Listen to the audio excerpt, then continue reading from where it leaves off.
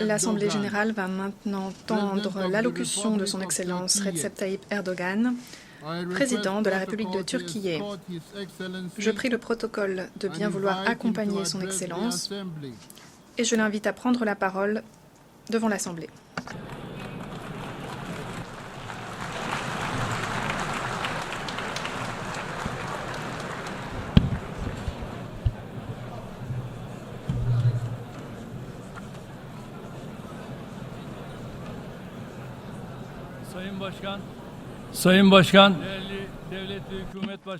Monsieur le Président, Mesdames et Messieurs les chefs d'État et de gouvernement, Monsieur le Secrétaire général, Mesdames et Messieurs les représentantes et les représentants, au nom de mon pays, en mon propre nom, je vous transmets mes sincères salutations, tout mon respect. C'est un honneur que de prendre à nouveau la parole devant l'Assemblée générale des Nations unies. J'espère que cette 79e Assemblée générale œuvrera dans le bien de nos pays et de l'ensemble de l'humanité. À l'entame de mon propos, je tiens à féliciter M. Denis Francis, président de la 78e session de l'Assemblée générale, et souhaiter succès à M. Philemon Yang, qui a repris le flambeau. Je voudrais également exprimer notre bonheur de voir le représentant de notre ami et frère la Palestine occuper la place qu'il mérite parmi les autres États. J'espère que cette étape décisive sera la dernière sur la voie vers l'adhésion de la Palestine aux Nations unies. La communauté internationale et l'ensemble de la famille humaine devons nous acquitter de nos obligations à l'égard du peuple palestinien sans tarder. Mesdames et messieurs, je sais que vous suivez tous les crises sur vos écrans de télévision, des crises que nous essayons de gérer au jour le jour.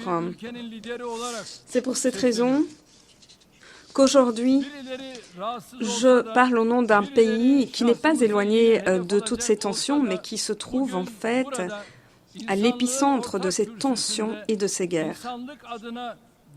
Certains nous critiquent, mais aujourd'hui, depuis cette haute tribune de l'humanité, je voudrais vous parler de la vérité de façon candide. À l'heure actuelle, les Nations unies, qui ont leur siège ici, avaient été créées au lendemain de la Deuxième Guerre mondiale, après que des millions de personnes ont péri et que l'on demandait que la paix et la sécurité soient établies. Grâce à la fondation de l'ONU, de nouveaux espoirs étaient nés quant à une stabilité, une paix et une justice qui pourraient régner à nouveau aux quatre coins du monde. Hélas,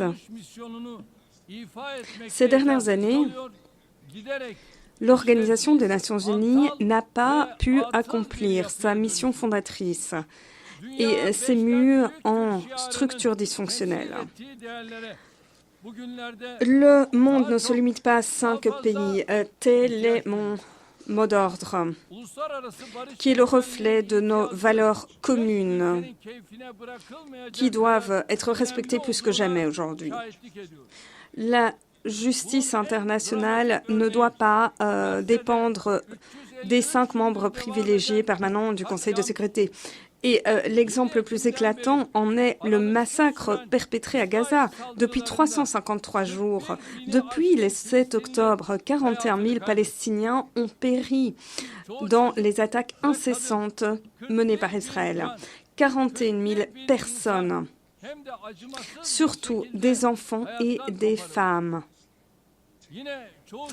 ont été tués sans pitié. Et l'on ne sait pas où se trouvent 10 000 autres personnes gazaouis, dont la plupart sont des enfants.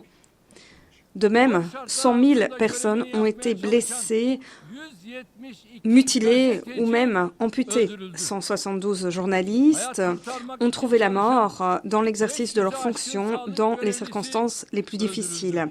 Et plus de 500 infirmiers ont perdu la vie alors qu'ils essayaient de voler au secours de la population. Les travailleurs humanitaires et le personnel de l'ONU qui étaient venus secourir le peuple de Gaza aux prises avec la faim et la soif ont été tués. Des marchés, des tentes où des réfugiés cherchaient abri ont été pris pour cible. Ils ont touché 820 mosquées, 3 écoles qui devraient être protégées même en temps de guerre. Plus de 130 ambulances ont ainsi transporté des patients. Ils ont déchiré la charte des Nations Unies depuis la tribune des Nations Unies et ont ainsi défié le monde entier. Depuis cette tribune, chers amis, des images circulent de prisons en Israël qui sont devenues des camps de concentration. Ils nous montrent l'ampleur de la barbarie actuelle. Du fait des attaques conduites par Israël, Gaza est devenu le plus grand cimetière à ciel ouvert pour les femmes et les enfants de ce monde. Plus de 17 000 enfants ont été ciblés par les bombes et les balles israéliennes. Hind Rajab n'avait que 6 ans. Sa famille et lui-même cherchaient à se mettre à l'abri lorsque leur voiture a été touchée par les forces israéliennes. Il a ainsi perdu son père, sa mère, ses frères et sœurs, ses cousins, tous les espoirs qu'il avait encore. Il est le seul à avoir survécu. Il a attendu impatiemment qu'on vienne le chercher pendant 12 jours plutôt. « Quand viendrez-vous me chercher? J'ai peur », disait-il. Il attendait que quelqu'un vienne l'aider pendant 12 jours. En dépit du degré de développement de notre monde aujourd'hui, en dépit des technologies dont nous disposons, en dépit d'organisations dotées de budgets colossaux, employant des milliers de membres de personnel, notre famille de 8 milliards de dollars n'a toujours pas pu sauver cette petite fille, car il s'agissait d'une petite fille de 6 ans, qui était comme un petit oiseau qui dépérissait devant nos yeux.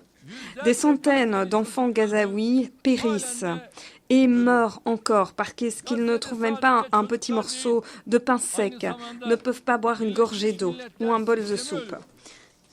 À Gaza, des enfants trouvent la mort, mais c'est également le système des Nations Unies qui dépérit. Les valeurs que prétend défendre l'Occident s'érodent également. Les espoirs de l'humanité visant à vivre dans un monde plus juste s'amenuisent de jour en jour.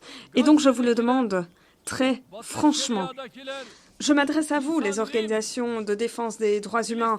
Est-ce que les habitants de Gaza et de la Cisjordanie ne sont pas des êtres humains? Est-ce que les enfants en Palestine n'ont aucun droit? Ne peuvent-ils même pas jouer dans la rue, dans leur pays? Et maintenant, je m'adresse aux organisations internationales de presse. Est-ce que les journalistes qui sont massacrés par Israël en direct à la télévision ne sont-ils pas vos collègues? Et je m'adresse au Conseil de sécurité. Qu'attendez-vous pour prévenir un génocide à Gaza, pour mettre un terme à la cruauté, à la barbarie? Qu'attendez-vous pour arrêter Netanyahou et son réseau qui met en péril les vies des Palestiniens avec un réseau de meurtriers massifs? Ils mettent même en danger l'ensemble de la région, leur propre population, simplement pour atteindre leurs objectifs politiques. Je m'adresse maintenant aux pays qui appuient de façon inconditionnelle Israël. Pendant combien de temps encore Pourrez-vous supporter cette honte de regarder ce massacre se dérouler devant vous? Chers amis, alors que des enfants meurent à Gaza, Ramallah, au Liban, que des bébés meurent dans des couveuses, hélas, la communauté internationale a essuyé un échec cuisant. Ce qui se passe en Palestine démontre un effondrement moral. Je pense que les populations du monde, les dirigeants des pays, les organisations internationales devraient réfléchir à cette situation douloureuse. Et je voudrais le dire haut et fort, du haut de cette tribune. Les gouvernements israéliens foulent aux pieds les droits humains fondamentaux et fait fi du droit international, pratique le nettoyage ethnique, un génocide ouvert contre une nation, un peuple, en occupant leur territoire, petit à petit. Les Palestiniens, dont la liberté, l'indépendance et les droits les plus fondamentaux ont été lésés, exercent à juste titre leur droit légitime à la résistance contre l'occupation et contre cette épuration ethnique. Cette résistance juste du peuple palestinien contre les occupants de leurs terres est extrêmement noble, honorable et légitime. Elle ne peut pas être présentée comme illégitime.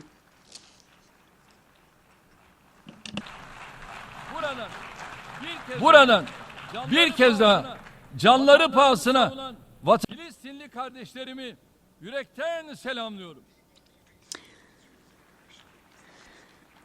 La seule raison pour laquelle l'agression d'Israël se poursuit contre Israël, c'est le soutien indéfectible d'une poignée de pays. Comme je l'ai déjà dit, le soutien d'un groupe de pays en faveur d'Israël permet à cette agression de perdurer. Les pays qui ont une influence sur Israël seront de complices de ce massacre. Ceux qui appellent prétendument de leur vœu un cessez-le-feu en cette salle continuent de livrer armes et munitions à Israël pour que ce pays puisse poursuivre ces massacres. C'est de la malhonnêteté.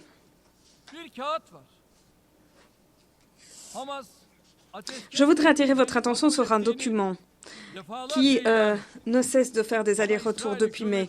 Le Hamas n'a cessé de dire qu'il acceptait la proposition de cessez-le-feu, mais le gouvernement israélien a indiqué clairement qu'il était la partie qui ne souhaitait pas la paix, en traînant des pieds, en rendant un règlement du différend quasiment impossible, invoquant sans cesse des prétextes et tuant son interlocuteur alors qu'on était si proche d'un accord.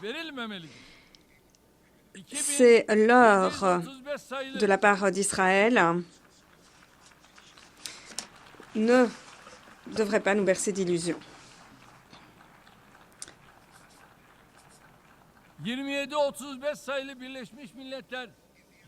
En l'absence de la mise en œuvre de la résolution 2735 du Conseil de sécurité, des mesures coercitives contre Israël devraient être présentées. Le comportement d'Israël nous a démontré une fois de plus qu'il était d'une nécessité impérieuse que la communauté internationale mette sur pied un mécanisme de protection des civils palestiniens. Il y a 70 ans, Hitler a été arrêté dans sa course par l'Alliance de l'Humanité. Netanyahou et son réseau de meurtriers devraient également être arrêtés par une Alliance de l'Humanité.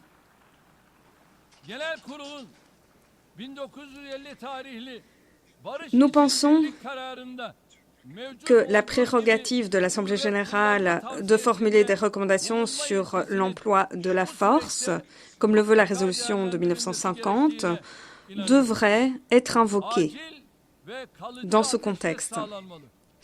Un cessez-le-feu immédiat et permanent doit être décrété. Il faut procéder à un échange d'otages et de prisonniers. Et l'aide humanitaire doit être acheminée à Gaza sans entrave, sans interruption. Il est capital de tendre la main au peuple gazaoui, en particulier à l'approche de l'hiver, alors que les circonstances sur le terrain seront encore plus périlleuses. À l'heure actuelle, 75% des ressources hydriques et 75% des boulangeries à Gaza ont été détruites. 95% des établissements de santé ont été endommagés partiellement, complètement. 150 000 maisons ont été complètement détruites, 200 000 maisons partiellement et 80 000 maisons sont devenues inhabitables. Les maladies infectieuses telles que la polio ou encore l'hépatite vont croissant. La population de Gaza ne reçoit qu'un quart des sommes nécessaires. En tout cas, c'est à cette aide que la population a accès. La Turquie a fourni une aide humanitaire aux frères et sœurs palestiniens. Et nous allons poursuivre sur cette lancée.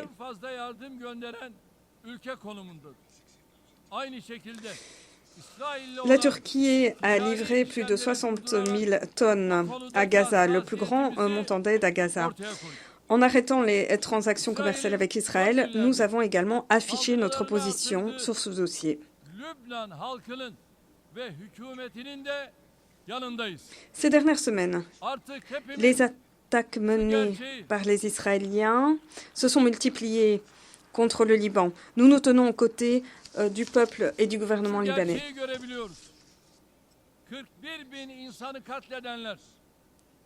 Et la vérité éclate au grand jour. Ceux qui ont assassiné des milliers de personnes ne pourront pas se reposer tant que les auteurs de ces crimes abominables ne rendront pas des comptes.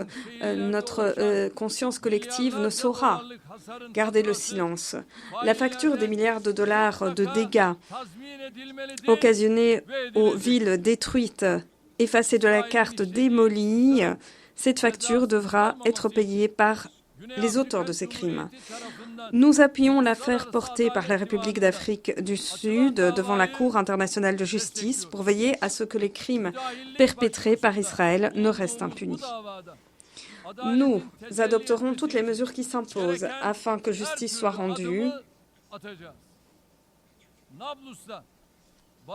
Et nous nous sommes portés partie de cette affaire. Nous allons nous battre pour Ayşenur Ezgi Eygi, qui a été abattu d'une balle dans la tête par des soldats israéliens lors de manifestations pacifiques à Naplouse. Et nous allons utiliser tous les recours juridiques à notre disposition.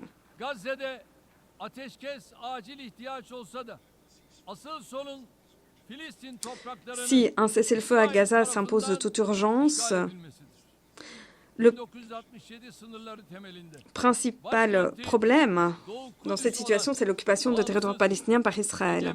Dans le cadre des frontières de 1967, un État palestinien indépendant souverain et d'un seul tenant, avec Jérusalem-Est comme capitale, devrait pouvoir se matérialiser. On ne peut plus attendre davantage. Je souhaite vous informer également que nous suivons de près la multiplication d'attaques contre la mosquée Al-Aqsa et contre Al-Haram al-Sharif.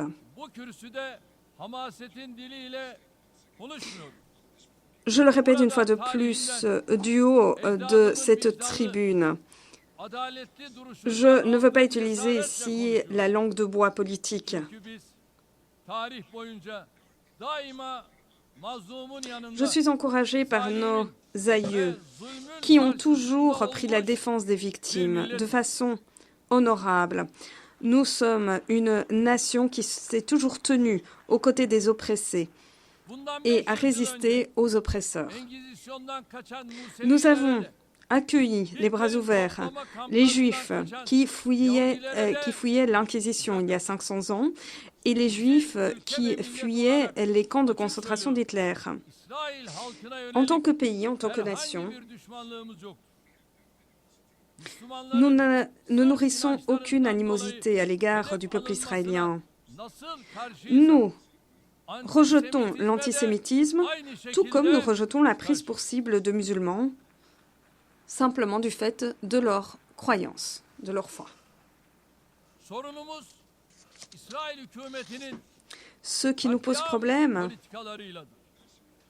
c'est la politique axée sur le massacre du gouvernement israélien. Ce qui nous pose problème, c'est qu'il y a un oppresseur des opprimés, comme il y a 5 siècles. Tout le monde devrait le savoir. Nous dirons toujours la vérité, même si cela dérange certaines personnes. Nous allons continuer de crier haut et fort la vérité. Et nous allons toujours défendre nos convictions, même si cela blesse certaines personnes.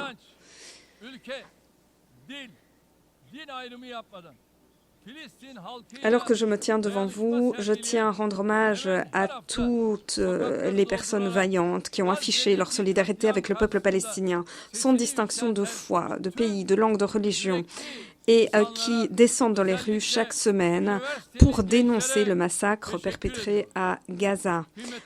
Et en particulier, je remercie les étudiants des universités, les jeunes.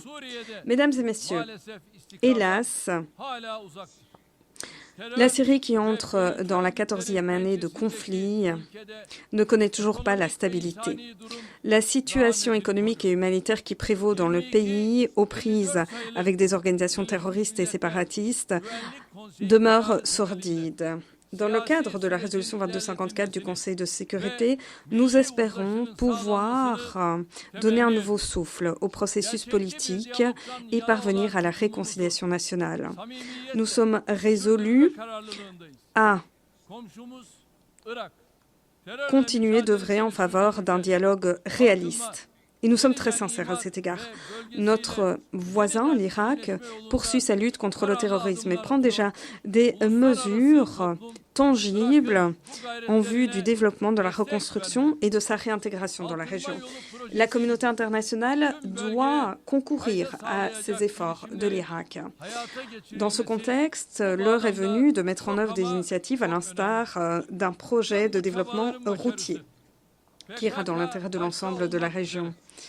Le succès de toutes ces initiatives est tributaire de l'élimination complète de la menace terroriste qui plane sur l'Irak, et en particulier découlant du PKK.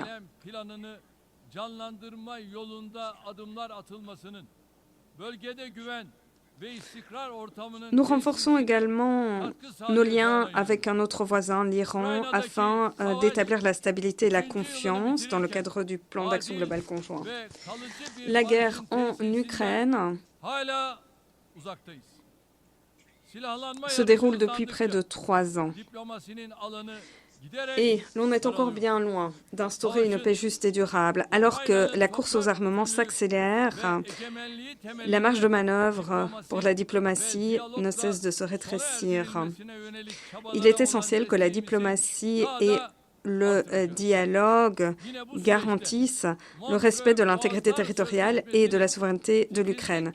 Nos efforts en ce sens vont se poursuivre. Et à cet égard, nous sommes résolus à mettre en œuvre la Convention de Montreux.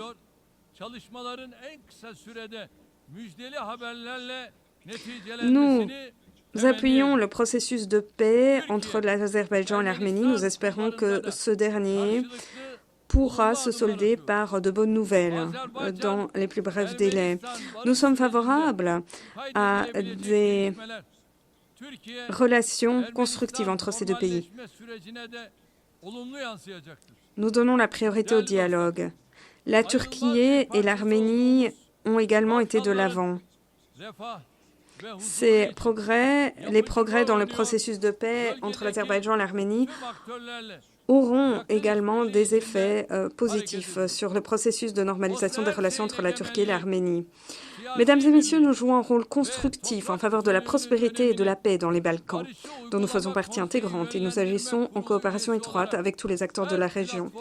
En tant que membre du conseil d'administration, du conseil de mise en œuvre de la paix, nous soulignons la nécessité impérieuse de garantir la souveraineté, l'unité politique, l'intégrité territoriale de la Bosnie-Herzégovine en toutes les instances. Nous continuons de contribuer à l'opération EUFOR Althea. Nous continuons de commander la KFOR depuis l'année dernière et nous appuyons le processus de dialogue entre Belgrade et Pristina. Nous souhaitons que la mer Égée, l'est de la Méditerranée, devienne région de stabilité et de prospérité, au sein de laquelle les intérêts légitimes de toutes les parties concernées seraient honorés. Il va dans l'intérêt de l'ensemble de la région de resserrer la coopération et notamment de garantir la liberté et la sécurité de la navigation ainsi que le commerce maritime. À cet égard, il est important d'œuvrer dans le cadre de mers ouvertes ou semi-ouvertes telles que la mer Égée. Nous avons le plus long littoral de l'Est de la Méditerranée. Le rôle crucial de la Turquie est indéniable. La Turquie a des droits légitimes quant au nord de l'île de Chypre, tandis que les Chypriotes turcs ont des droits qui doivent être reconnus dans le monde. 50 années se sont écoulées depuis l'opération de paix à Chypre et 61e année que le différend a vu le jour en raison de l'usurpation de l'État partenaire représenté par les Chypriotes grecs. La paix et la tranquillité ont toujours pu régner sur notre partie de l'île. Les Chypriotes turcs et la Turquie ont toujours exprimé leur espoir de voir advenir une solution juste, permanente et durable à la question de Chypre. Le modèle de fédération est à présent obsolète. Nous sommes favorables à une solution de deux États, avec deux nations présentes sur l'île. Proposition de la République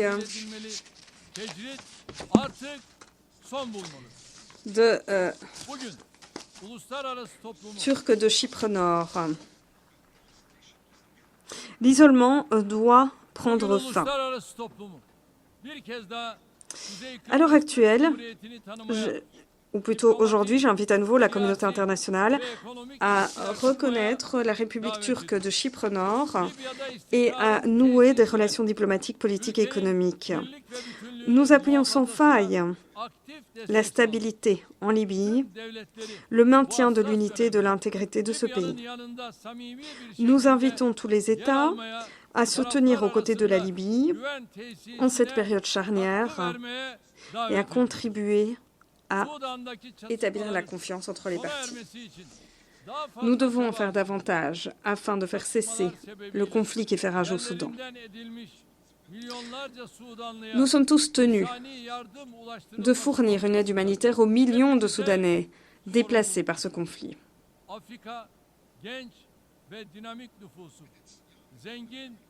Grâce à sa population jeune et dynamique, à ses ressources naturelles riches et ses terres très fertiles, l'Afrique recèle un potentiel colossal. Dans le cadre des principes de partenariat égal et de respect mutuel, aux côtés du peuple de l'Afrique, nous appuyons les initiatives que prend ce continent en faveur de la paix, de la stabilité et du développement. Nous allons continuer d'afficher toute notre solidarité envers nos frères et sœurs africains. Dans le cadre de nos initiatives, nous resserrons également nos liens déjà très étroits avec l'Asie et avec les organisations régionales, à l'instar de l'ASEAN, de l'Organisation de coopération de Shanghai et du Forum des îles Pacifiques. Nous souhaitons développer nos relations avec le BRICS, qui rassemble les économies émergentes.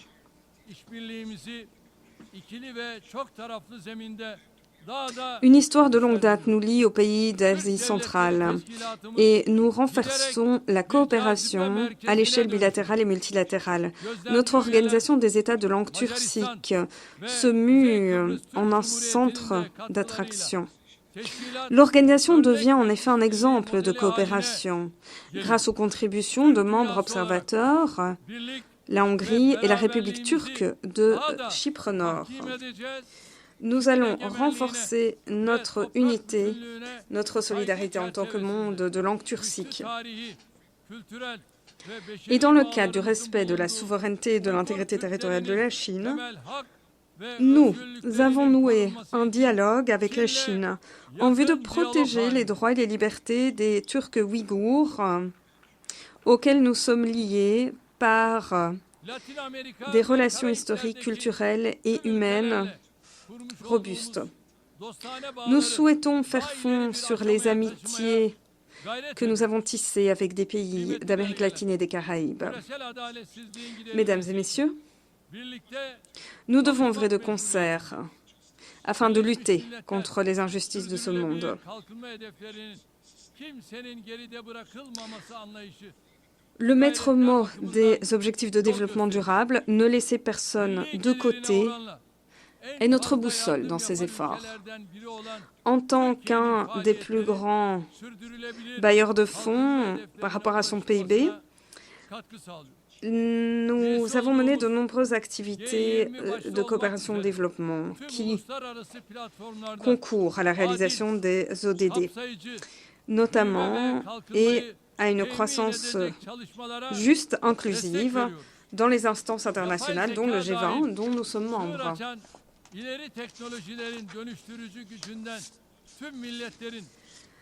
Les percées technologiques ne sont pas, selon nous, une source de nouvelles injustices ou de conflits, mais plutôt en tant que source de prospérité à venir.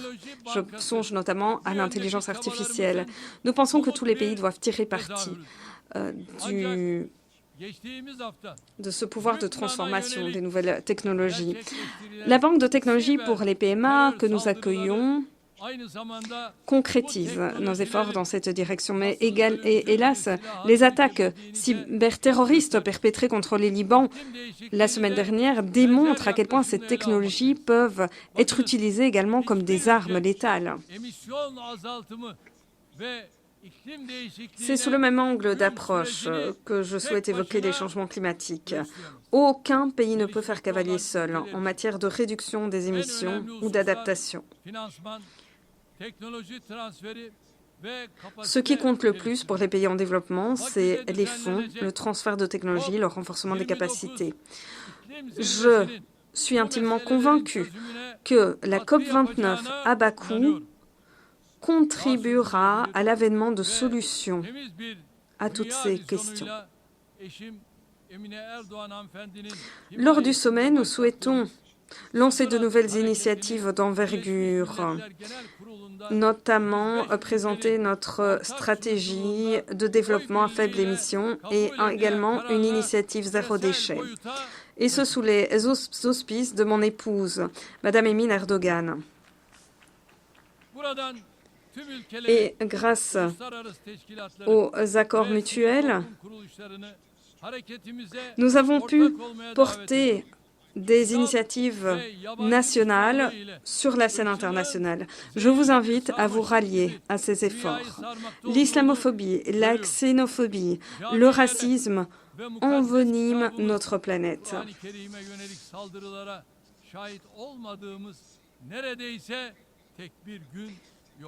Chaque semaine, nos mosquées, notre livre sacré, le Coran, sont attaqués. Au cœur de l'Europe, des maisons sont incendiées. Des personnes sont prises pour cible en raison de leur appartenance ethnique. Ces personnes voient leurs droits fondamentaux lésés.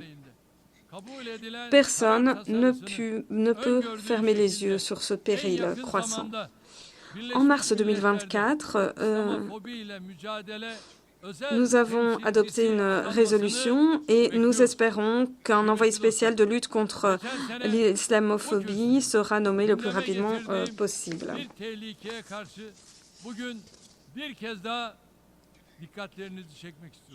Je voudrais à présent appeler votre attention une fois de plus sur les périls que j'évoquais l'an dernier.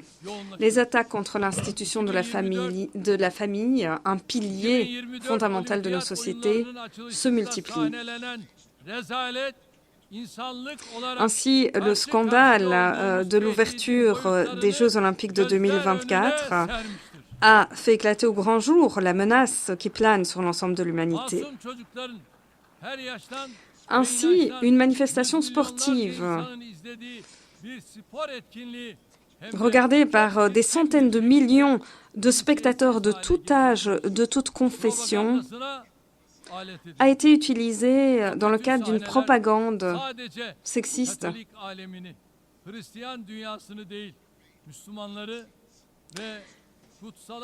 Faisons étalage de tous les péchés possibles. Cela a non seulement blessé les catholiques, les chrétiens, les musulmans, mais tous ceux qui respectent ces valeurs sacrées.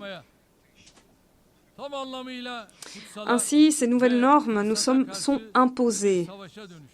C'est une sorte de guerre livrée contre la nature humaine, contre tout ce qui est sacré.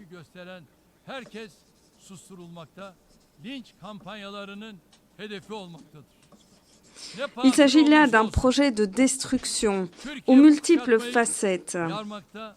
Nous souhaitons nous opposer à ce fléau. Toute personne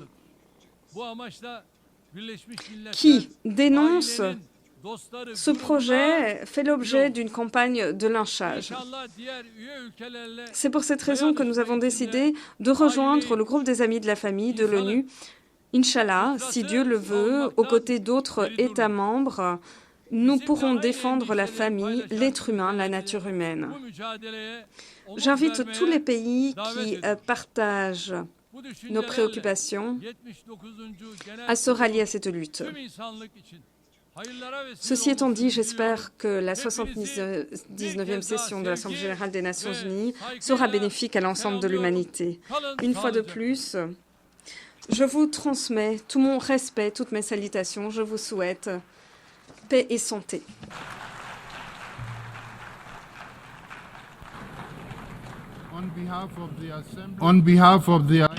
Au nom de l'Assemblée générale, je tiens à remercier le président de la République de Turquie